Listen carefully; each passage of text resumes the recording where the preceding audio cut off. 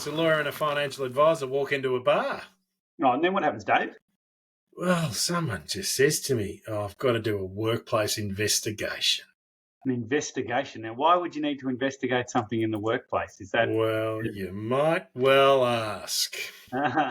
Is that like someone's being inappropriate? That's the worst kind of investigation. You don't want to be dealing with harassment investigations, or is it someone stolen some staples from the stapler cupboard? Well, that becomes also an ethical question, doesn't it? Like, at what point is it? Are they using them for personal use, or do they say, "Well, I work from home a couple of days a week. I need to take some material from the workplace that's being provided, but take it home because I need to use it." Yeah. So I think there's a scenario, someone comes up to you, an employee comes up to you and says, someone's harassed someone, someone's stolen, someone's acted inappropriately in some way.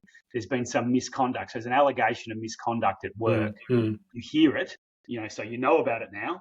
What do you do? Is that's the sort of question, when someone... Yeah, I think so. Yeah, because how should you address it? And is there is there an obligation on the employer?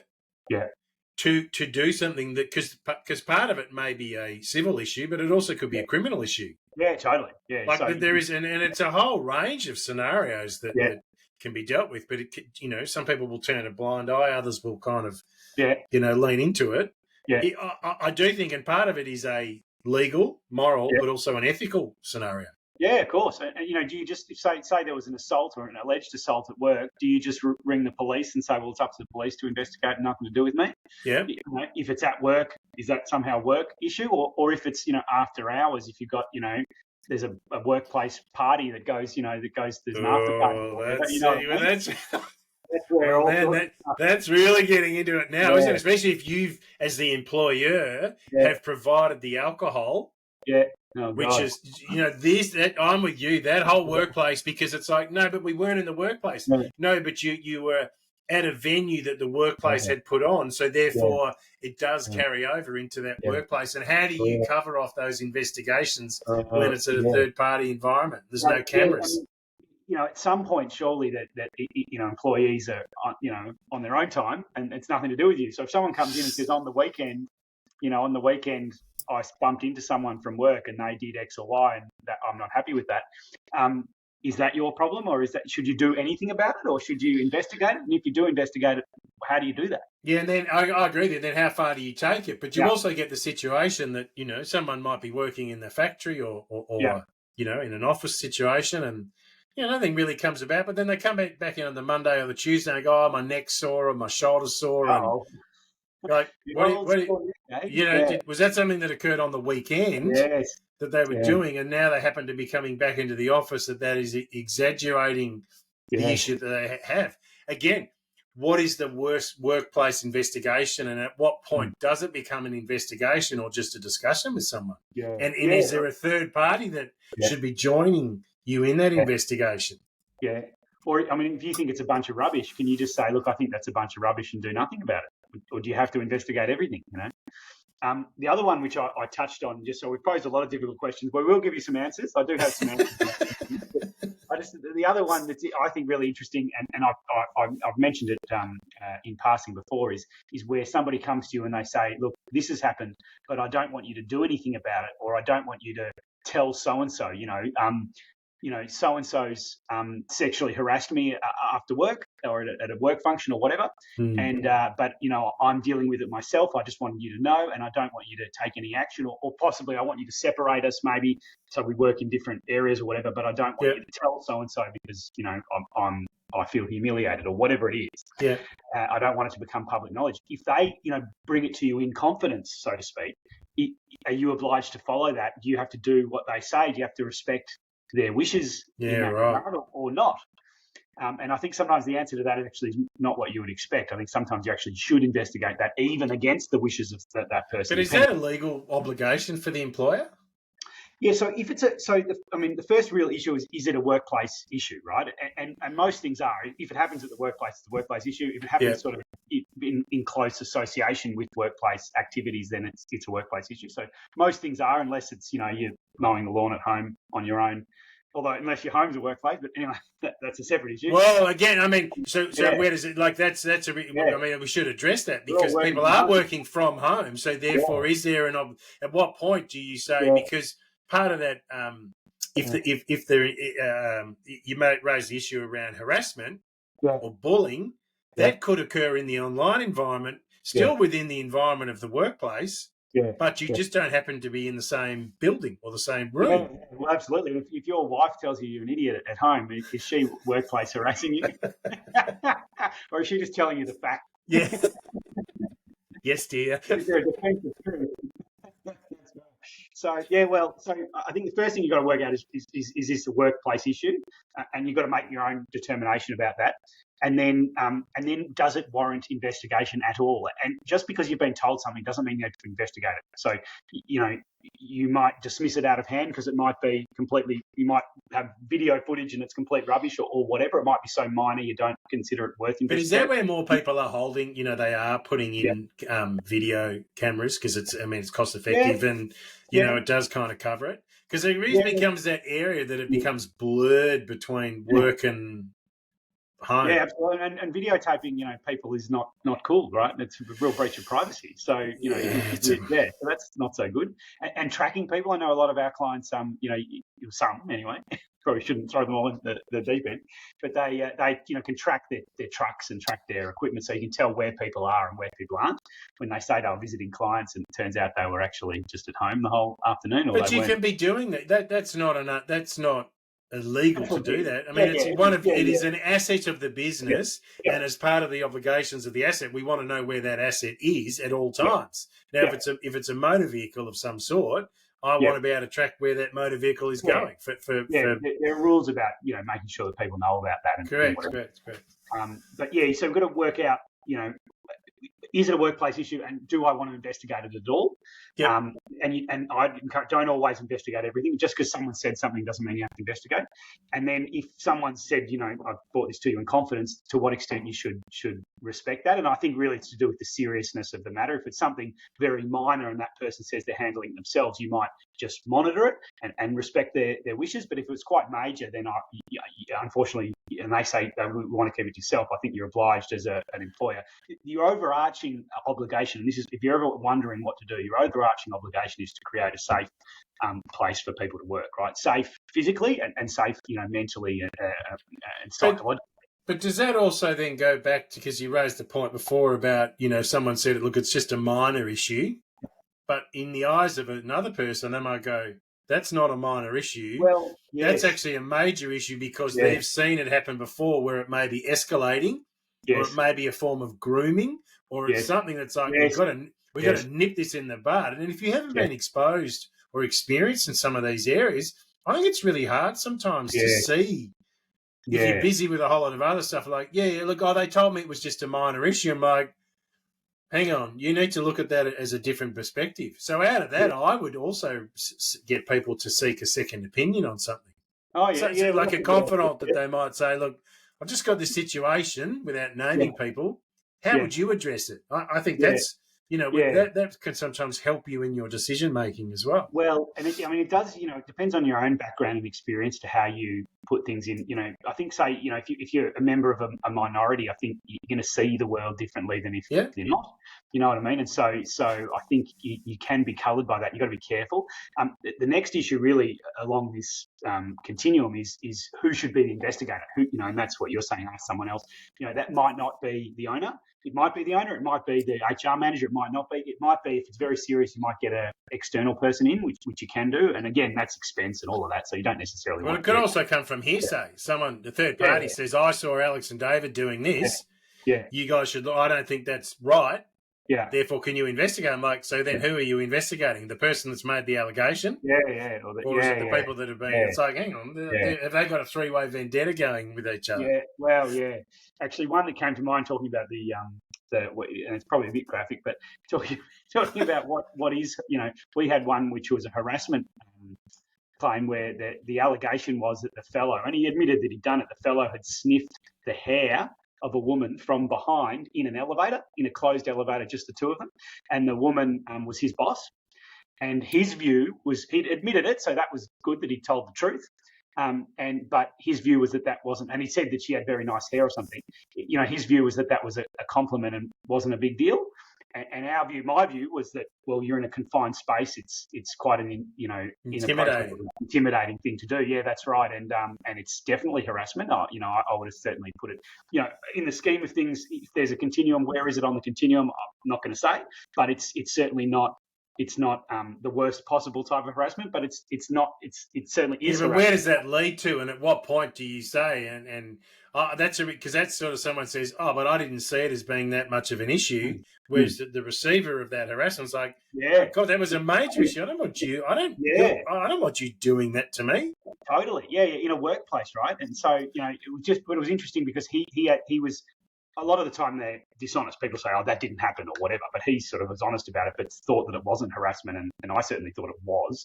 And I think most people would think it is. So where do you take that on a workplace investigation? Like how do you address those sorts of scenarios? So, as part of it, so the investigation's all that process. So you have a process, you set up an investigator, you interview the person who's made the allegation, if you can, or the victim if they're separate, and the person who's supposed to have done it, and anyone who might have information that's relevant. You talk to them all, document what they've said, and then you always give the person who's accused, if you like, that chance to explain themselves. That's part of the kind of procedural fairness. You need to look at it all, and then look at all the information, and then make a decision. So you look at all the information and say, okay, I've made a decision that this either happened or didn't happen, or happened in this way. It's more likely than not. You can make that call. You don't have to be a judge. You don't have to. You just say, look, these people. So you don't always have to bring in a third party. So you don't need to bring in, work cover or. No. I mean, you might need to notify work cover if it's a sort of an injury type thing, but you can certainly make a call about what happened, and often it's clearer than you think. I know that everyone says it's he said, she said, which I don't really like that expression, but everyone says, oh, it happened.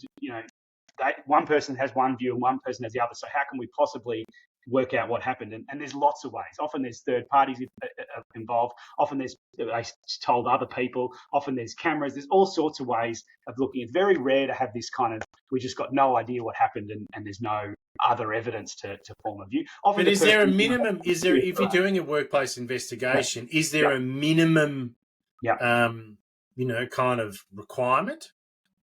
If the accusation has been made as the employer, is there a minimum number of things that you need to do to be considered an appropriate investigation?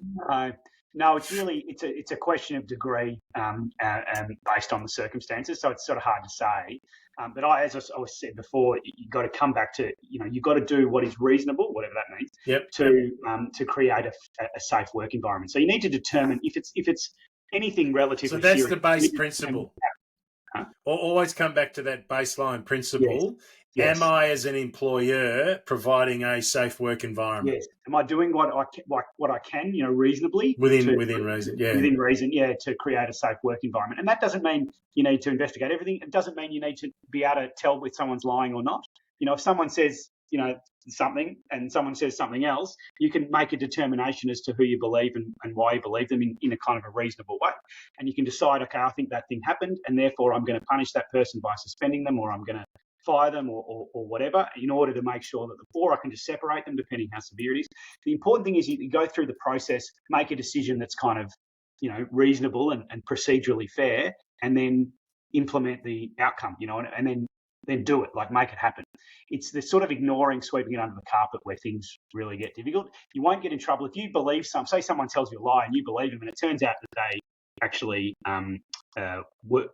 later on it turns out that your judgment was wrong. You won't get in trouble for being wrong. You're allowed to be wrong. You just need to make a decision based on the evidence that's in front of you that's kind of consistent with the evidence. If 10 people tell you something and then one person tells you something else and you believe the one person, that's starting to look a bit suspicious. Yeah. So as long as you're not sort of corrupt in your findings, then the reality is people conduct these kind of things informally all the time. And I just say, encourage people to have a bit of process around it. And I think it's really the way the world's moving. We're going to have more and more of these workplace investigations. So then what are some of the official workplace investigation bodies available or services available to people?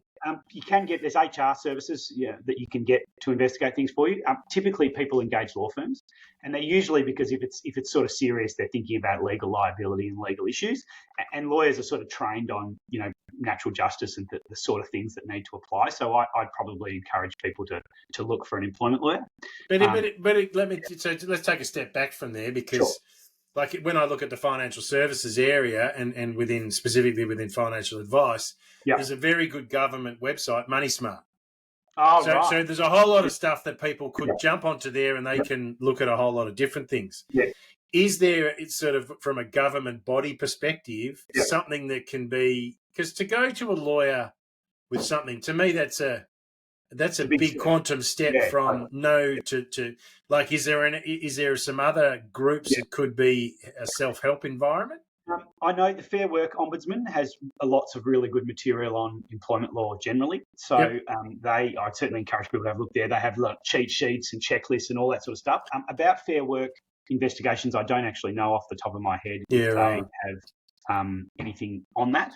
But I would have thought they if they didn't, they would make it clear that they would give some recommendations or suggestions as to where else you could kind of look. Because I do think some of those government structured environments are quite good with those sorts of cheat sheets and, have you considered this? Maybe take it, because I agree with you, to turn around and default to a lawyer is an expensive exercise. I mean, most of the time, I think you can conduct an investigation, about most issues yourself or internally. And, if you do some searches on the kind of steps, but it's really who's the, are you going to have an investigation? Who's the investigator going to be? What's the process going to be? Then you interview all of the, gather all the evidence, have a look at it, and then inform the people of your decision, make a decision, and then inform the people of the decision. And the big one that people trip up on is they often make their mind up at the start. You're not supposed to do that. You're supposed to make your mind up. Why? Now, you might have a view about, how likely it is or whatever. You might go, this person's lied to me before, so I don't trust them. But you can still talk to everyone and see, and you're certainly entitled to look at their past behaviour, and that's hard, isn't it? When you're trying to look at a workplace investigation, your natural bias could be, that's where it becomes really hard as well in a lot of that, where sometimes it is having to engage a third party because potentially or hopefully there is no bias in their view of what has occurred, especially if there's history. Yeah, if you have an HR manager or something, depends on the size of your business, they're often a good person to do it rather than the owner. I think the owner's normally not a great person to do it. Yep. But, someone senior, but sometimes, it's the senior people who it's alleged have done the wrong thing. And so, you might want, if it's the CEO who someone's complaining about, then, who investigates the CEO? And in fact, here's just to make it really difficult, probably the hardest one is when the complaint's made about someone who's an owner of the business, right? Because if you're an owner, you've got all these rights that you can't really displace, even if you sort of censure someone or give them disciplinary action or potentially even if you fire them, they're still an owner. So they might be able to appoint or disappoint the board or whatever it is. So, it's pretty difficult if you've got, an owner, especially a major owner, who's had it can be to taking advantage of the power that they hold. Yeah, that's right. And then, a lot of small businesses, there's just one owner and they're flopping around basically doing whatever they want. And actually there's not great systems to stop that because of the power that ownership gives you. It's just a reality. Pretty hard, even if WorkSafe say, or some investigation body says that you've done the wrong thing, you still own the business. So correct. You sell it, you can wind it up, you can do whatever you want, and there's not much anyone can do about it. So that becomes difficult. And then we see probably the really most difficult disputes are disputes between owners. So you have one owner alleging the other ones, and that's that's a whole world of trouble. Well, that's like that. Yes, that's a workplace investigation, but it's also then can move into a whole different realm. It's a shareholder dispute. Which is got a whole range of different other scenarios that. All right. Well, then, is there anything else before we sort of wrap it up today that you think from a workplace investigation people should perhaps address? No, really just to underline what I kind of said, which is that if you might get a complaint about something you're not sure, form a view about whether it's a workplace issue at all, form a view about who should investigate it, investigate it if you think so, or if you don't think it's worth investigating, don't, and make that decision and tell people. Yep. And then if you investigate it, go through a process, find the evidence, make a decision, and then enforce the decision. And if that means suspending or taking action against someone, do it. Most of my clients who've got in trouble in this area, it's really through inaction or being futile. Trying to sort of turn a blind eye and not really address it. That all sounds too hard. So, so-and-so says so-and-so is harassing, but I've never seen it, so I didn't do anything because he said, she said, and you're like, there were 3 other people there, mate. You should have talked to them. Yeah, I'm with you. Like you can't just shove your head in the sand and go, if I don't look at it, it'll go away. Yeah. You're asking for trouble. Then they get worse, and then they've caused a whole lot of harassment, and then you're off. You're off at work cover, and it's all very bad. So just investigate, take action, and deal with it, and be confident in dealing. Yeah. Okay. Good. All right. Well, once again, we'd like to thank Alex for the conversation today. You can be contacted at LinkedIn at Alex Martin or via the website tauruslawyers.com.au. Thanks. And I'd like to thank David Murdoch, the wealth activist from Paxton Bridge. And you can contact him at paxtonbridge.com or at LinkedIn on David Murdoch. Excellent. Cheers. Thank you, Alex. And we shall chat next time. See you next time. Thank you.